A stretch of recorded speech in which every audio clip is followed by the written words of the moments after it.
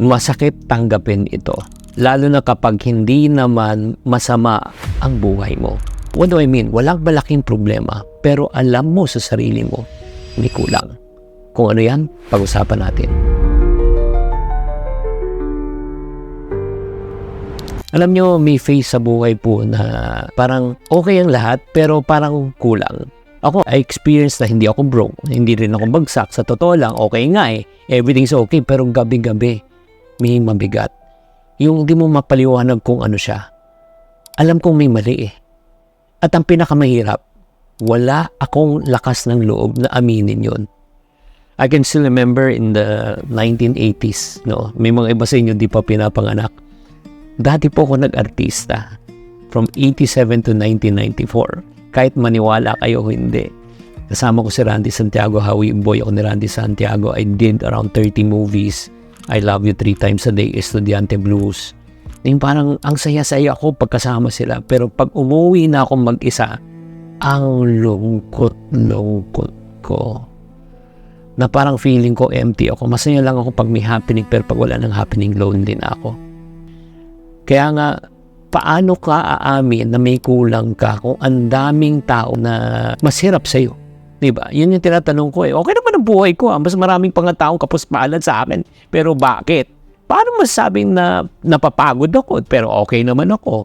Alam mo, ang ginawa ko, tumahimik na lang ako at sinabi ko sa sarili ko, ang arte-arte ko naman, parang OA ko naman, ganito na ba talaga ang buhay? No, you know what?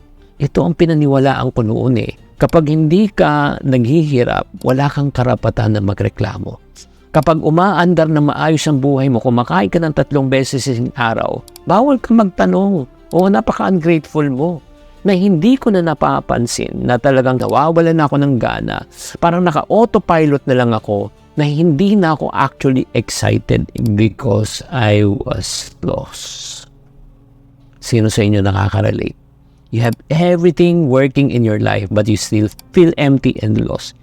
Hindi ko siya tinanggap agad kasi takot ako na matawag ako na ingrato. Pero may isang realization na tumama sa akin noon. You know what I realized? Hindi pala lahat ng okay ay tama. Kaya kung may nagtatanong, di ba, kamusta ka na? Okay lang ako. Hindi lahat ng okay ay tama. Minsan okay ka lang sa labas, pero sa loob, naku, basag na basag ka. Kasi sanay ka na sa ganong klaseng pamumuhay. Sanay ka na nade-depress ka. Sanay ka na pa feeling empty ka. Ito yung pinakadelikadong sitwasyon sa buhay. Yung hindi ka na masaya, pero hindi ka rin sobrang hirap. Parang financially, you are okay, stable ka naman, pero deep inside, you are really broken and lonely. Kasi wala kang dahilan na talagang para pang gumalaw. Kaya nga umabot sa punto na talaga ng buhay ko, ang hirap na gumising, ang hirap na dumiskarte, hanggang biglang mong ma-realize na ubos ka na. Hindi dahil bigla kang naligaw, kundi matagal mo nang alam, pero pinili mong hindi tanggapin.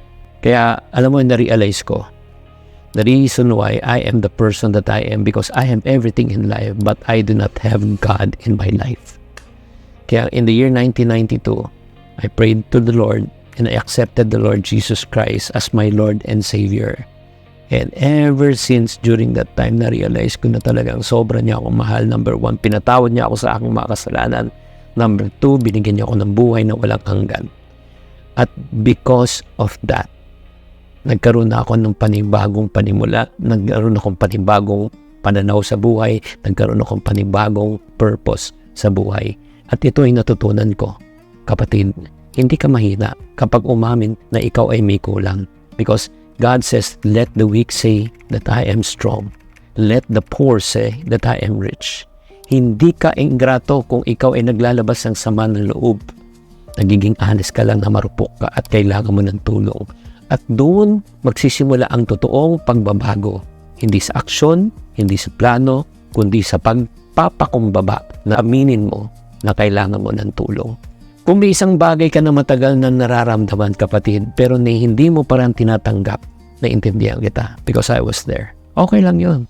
Hindi mo kailangan ng sagot ngayon. Tanong lang muna, anong hindi ko pa inaamin sa aking sarili? Ask yourself, ano pang isang bagay na dinedeny mo na alam mo na kailangan mong harapin pero hanggang ngayon wala ka pang ginagawa? Kaya kapag ikaw ay nakaka-relate ka sa kwento na ito, pwede ka mag-comment.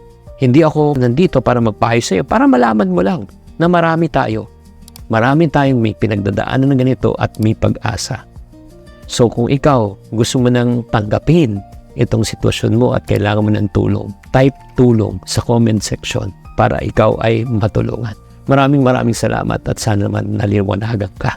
Chinky Tan, with over 6 million Facebook followers, 2.8 million YouTube subscribers, and 2.4 million TikTok fans, is now all out to share with you the most practical, simplest path to lasting wealth.